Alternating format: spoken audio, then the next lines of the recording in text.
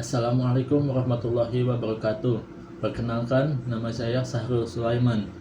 Pada kesempatan ini, saya akan mempresentasikan solusi inovatif strategi implementasi untuk mengatasi permasalahan lambatnya pelayanan administrasi kependudukan di Dinas Kependudukan dan Pencatatan Sipil. Disdukcapil merupakan instansi pemerintah yang bertanggung jawab menyelenggarakan pelayanan administrasi kependudukan seperti KTP elektronik, kartu keluarga, akta kelahiran, dan lain-lain. Dokumen tersebut merupakan identitas hukum yang menjadi dasar masyarakat untuk memperoleh berbagai layanan publik seperti pendidikan, kesehatan, bantuan sosial, dan lain-lain. Oleh karena itu, kualitas pelayanan di Disdukcapil sangat menentukan kualitas pelayanan publik secara keseluruhan.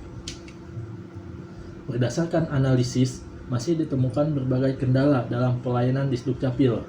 Permasalahan tersebut antara lain, yang pertama, antrian pelayanan yang panjang, lalu waktu penyelesaian dokumen yang lama, kurangnya informasi kepada masyarakat, sarana dan prasarana yang belum optimal, dan yang terakhir, prosedur pelayanan yang masih kompleks. Akibatnya, masyarakat sering mengalami ketidakpastian mengenai kapan dokumen mereka selesai diproses.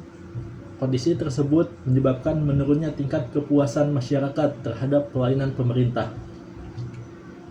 Menurut teori pelayanan publik, pelayanan yang baik harus memenuhi 7 prinsip, antara lain kesederhanaan, kejelasan, keterbukaan, efisiensi, ketepatan waktu, akuntabilitas, dan responsibilitas.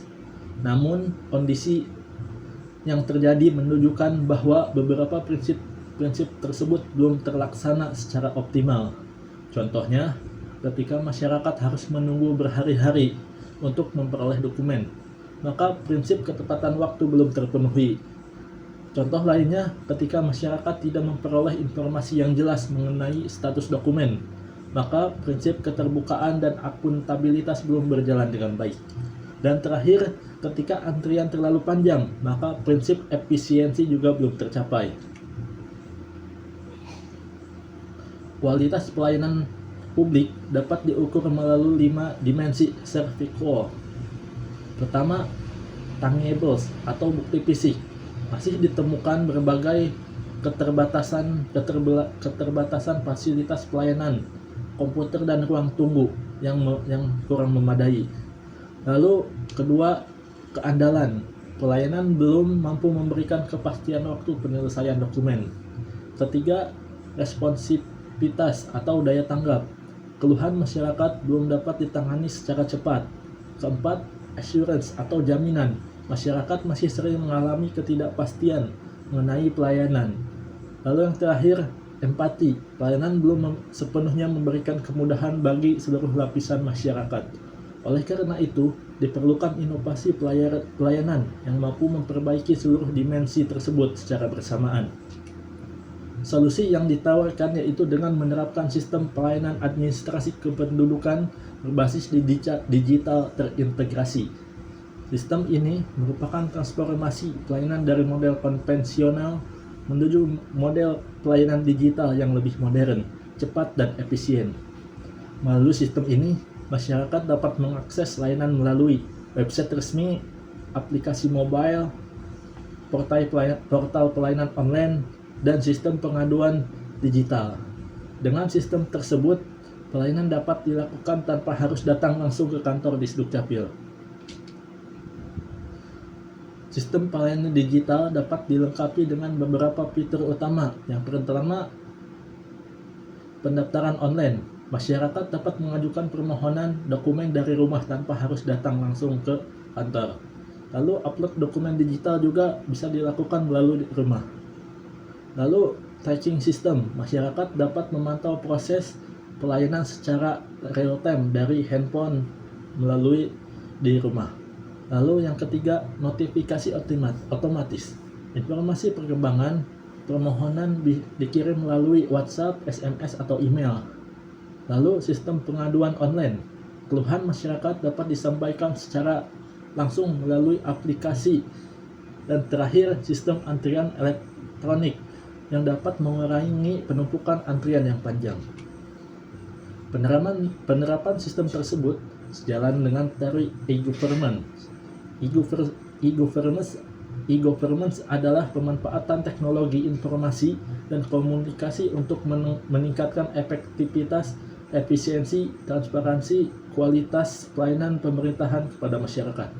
Manfaat penerapan e-governance dapat memberikan pelayanan lebih cepat, pelayanan menjadi lebih rendah biayanya, proses pelayanan lebih transparan, masyarakat lebih mudah memperoleh informasi, dan kualitas pelayanan meningkat.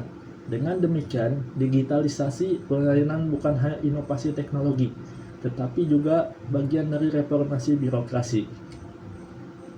Agar inovasi dapat berjalan dengan baik, diperlukan strategi implementasi yang sistematis, yang dilakukan secara bertahap. Tahap pertama dengan melakukan evaluasi sistem yang ada. Lalu yang kedua dengan menyederhanakan SOP pelayanan. Yang ketiga, pengembangan aplikasi, website, dan pelayanan.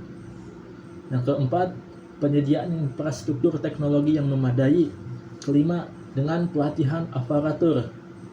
Lalu selanjutnya dengan mensosialisasikan kepada masyarakat dalam penerapan strategi tersebut. Yang terakhir adalah melakukan monitoring dan evaluasi berkelanjutan. Penerapan pelayanan digital mendukung terwujudnya prinsip good governance, yaitu prinsip yang pertama, prinsip transparansi, masyarakat dapat memantau pelayanan secara langsung. Yang kedua, prinsip akuntabilitas, kinerja pelayanan dapat diukur dan dievaluasi. Lalu, prinsip efektivitas dan efisiensi, pelayanan menjadi lebih cepat dan tepat.